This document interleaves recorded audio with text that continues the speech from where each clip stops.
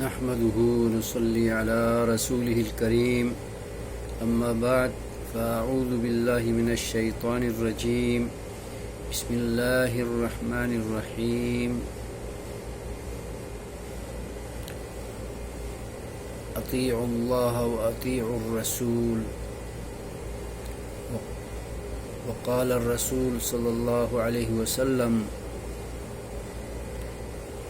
عليكم بسنتي وسنة الخلفاء الراشدين المهديين عضوا عليها بالنواجذ۔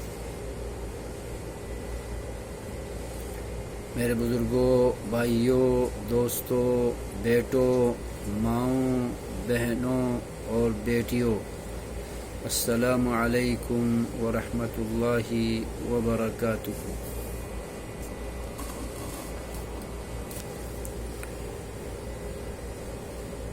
آج کی محفل میں آپ کی خدمت میں یوٹیوب چینل کے توسط سے اجالا چاندنی امید اسلامک چینل سے ایک اہم بات پیش کرنے جا رہا ہوں۔ میرے اور آپ کے رہبر و رہنما خاتم النبیین حضرت محمد رسول اللہ صلی اللہ تعالی علیہ وسلم کی ایک وصیت کا ذکر کرنے جا رہا ہوں۔ دنیا سے رخصت ہونے سے کچھ ایام پہلے آپ صلی اللہ علیہ وسلم نے ایک ایمان افروز خطبہ دیا تھا، جس خطبے میں بیان کی ہوئی باتوں کو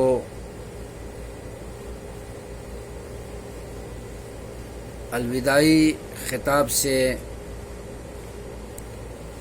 یاد کیا گیا ہے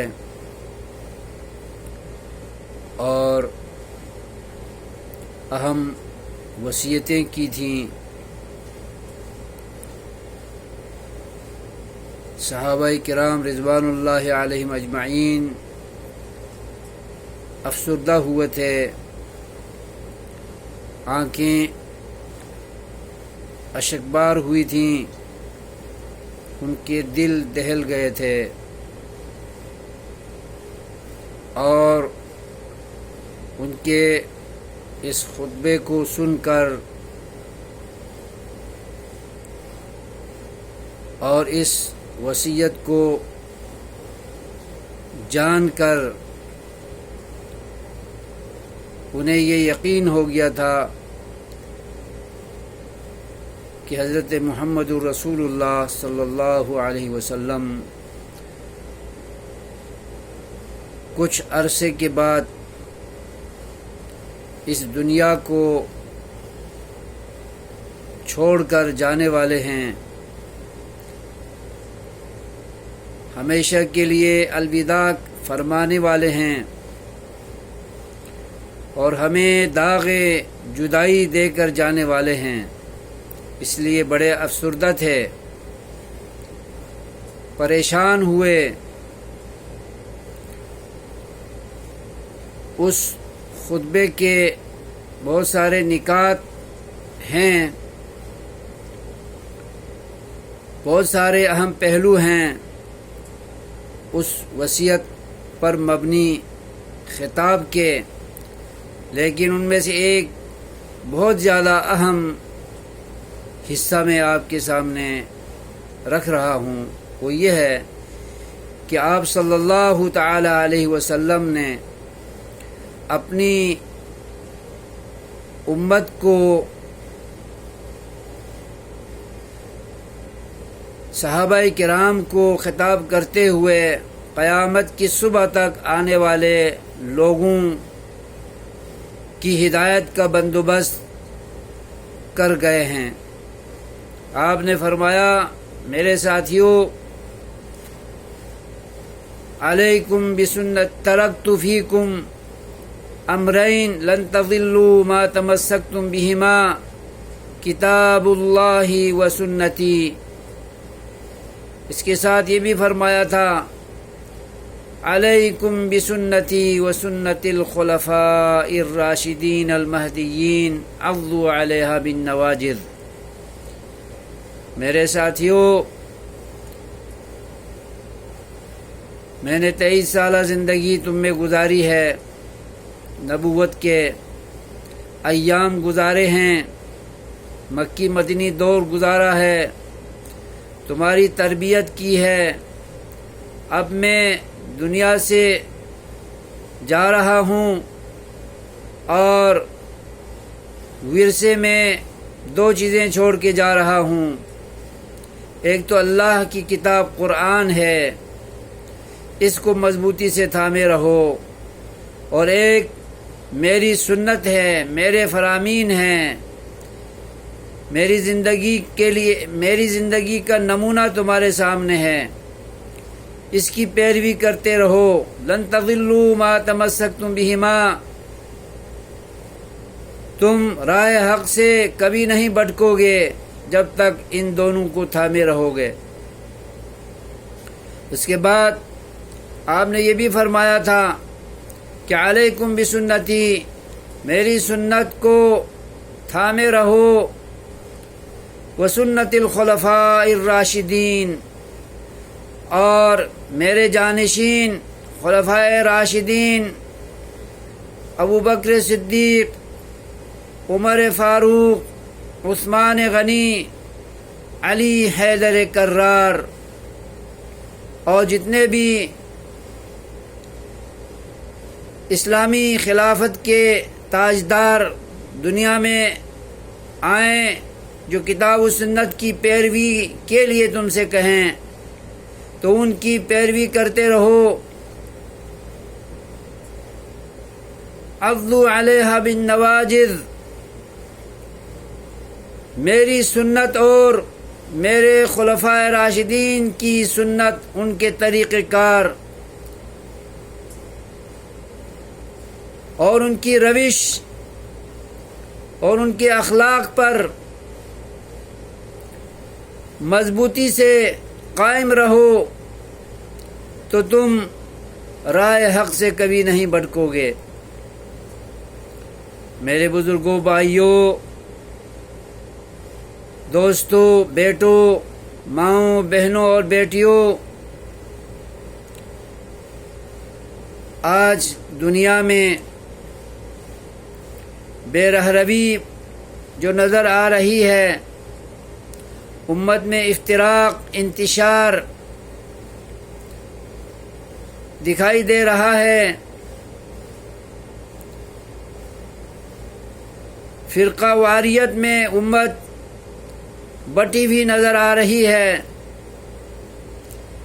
اس کی واحد وجہ کتاب و سنت سے دوری ہے، نبی محمد صلی اللہ علیہ وسلم کی وصیت پر عمل نہ کرنے کی وجہ سے ہے، اور خلفائے راشدین مہدیین کی سیرت کو چھوڑ کر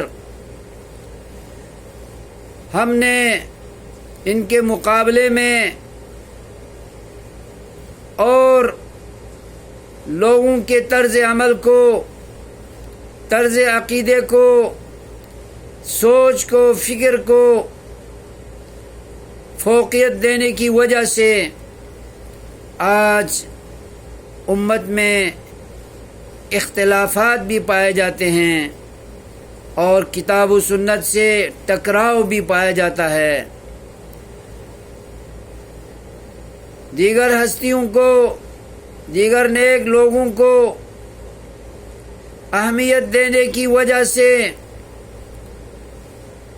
سنت رسول اللہ پر عمل ہوتے نہیں دکھائی دے رہا ہے، اور خلفائے راشدین کی سنت سے بھی روگردانی ہوتے نظر آ رہی ہے۔ آئیے ہم ایک بار پھر عہد کر لیں، تجدید وفا کر لیں، وعدہ کر لیں کہ ہم اپنے رہبر و رہنما حضرت محمد الرسول اللہ صلی اللہ علیہ وسلم کی اس وصیت پر عمل کرتے ہوئے کتاب و سنت کو تھامیں گے، جو قرآن میں ہے اور جو نبی کے فرامین میں ہے، جو عقیدہ قرآن اور نبی کے فرمان نے ہمیں سکھایا ہے اور خلفائے راشدین نے اس عقیدے کو اپنے دور خلافت میں قابل عمل اور نمونہ قرار دے کر اس پر چلتے رہے تھے۔ اطیع اللہ و اطیع الرسول کا سما تھا، دور دورہ تھا، بول بالا تھا۔ اسی بول کو، اسی دور کو ہم اپنے دور میں بھی دوبارہ لانے کا وعدہ کریں۔ جس چیز کو اپنانے سے گمراہی سے بچنے کی ضمانت اللہ کے رسول ہمیں دے گئے ہیں، اس ضمانت کو چھوڑیں گے تو گمراہی بہرحال لازمی طور پر ہماری صفوں میں آ سکتی ہے۔ اللہ تبارک و تعالی ہمیں نبی پاک صلی اللہ علیہ وسلم کی اہم وصیت پر عمل کرتے ہوئے دین پر عمل پیرا ہونے کی توفیق عطا فرمائے اور توحید کو اپناتے ہوئے عمل صالح کرنے کی توفیق ہمیں عطا فرمائے۔ آمین یا رب العالمین۔ السلام علیکم ورحمۃ اللہ وبرکاتہ۔